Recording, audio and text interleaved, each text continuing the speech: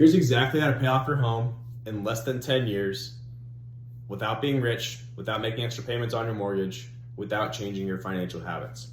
Now, crazy thing is that 99.9% of people don't even know this is an option because your realtor is not going to tell you, your mortgage broker is not going to tell you, not because they're out to get you, but just because they likely don't even know that this exists. So this is the alternative to the 30-year mortgage. It's called the mortgage-free loan. And for most people, will pay down their home in 5 to 10 years and save potentially 6 figures in interest. So how does this work? What are the principles? Well, first thing to understand is that we're using a different type of financing tool. We're not going to be using a mortgage. In fact, if you have a mortgage, we're going to completely replace it.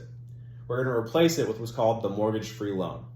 Now, a couple principles about this loan that seem simple but are important to understand before diving in here. Now, first of all, the mortgage-free loan is an open-ended loan. So unlike your mortgage, money can flow in as well as out of this account. So for obvious reasons, you can't dump your whole paycheck into your mortgage and then go buy groceries with your mortgage. It doesn't work. The mortgage-free loan, money can flow out. You can put money in and you can go purchase things out of it. It's an interest-only loan. Now the mortgage-free loan is actually going to completely eliminate your mortgage payment. You will no longer have a mortgage payment. Instead, what you have is this loan, which is charged interest based off of the average daily balance. So every month, you'll pay an interest payment based off of the average balance of those 30 days of the month. Now, what you'll see is that that payment gets cheaper and cheaper and cheaper each month because every single month, the balance of this loan gets smaller and smaller and smaller.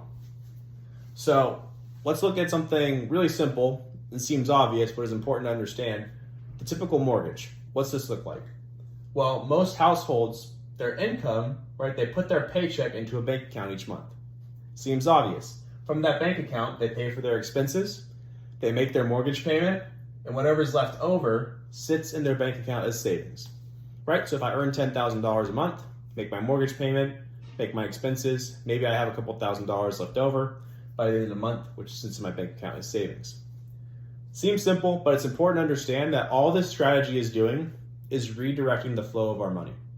So what we're going to do is eliminate the mortgage first. So what does that mean? Say I have $1 million home. I own 10% of it.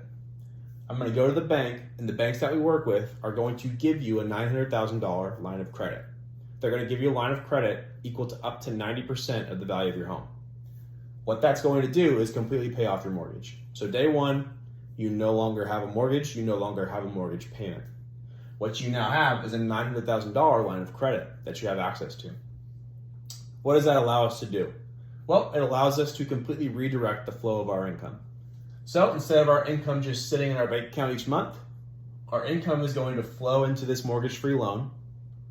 It's going to push down on the balance of this loan, so it gets smaller and smaller each month, and expenses come right out of this account. So we go buy our groceries, we make our investments, we go buy our cryptos, whatever we want to do.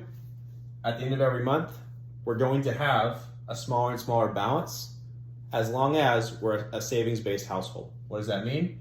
You need to be someone who earns more than you spend. It's that simple.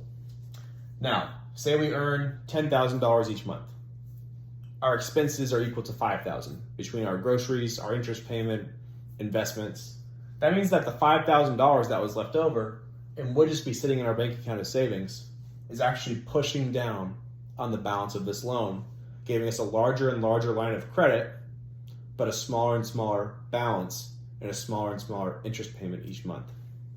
Now, that sounds very simple, but the math is very powerful. What this looks like, if you're somebody who has a big enough income gap, I would recommend at least 25%. So if you earn $10,000, you spend $7,500. At the end of every month, you save $2,500.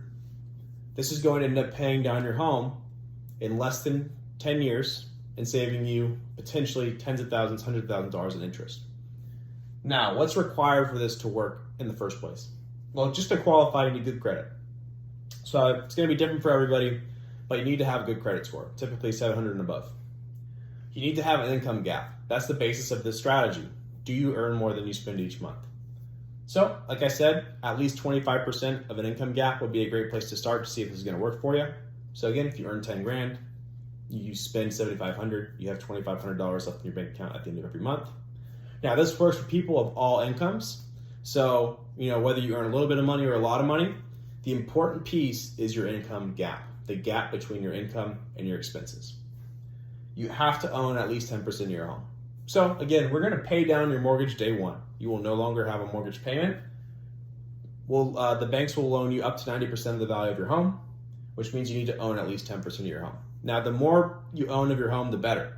If I own 20% of my home, that means I can either get an 80% home equity line of credit, or I can get a 90% line of credit and have an additional 10% of the value of my home available to me as a line of credit.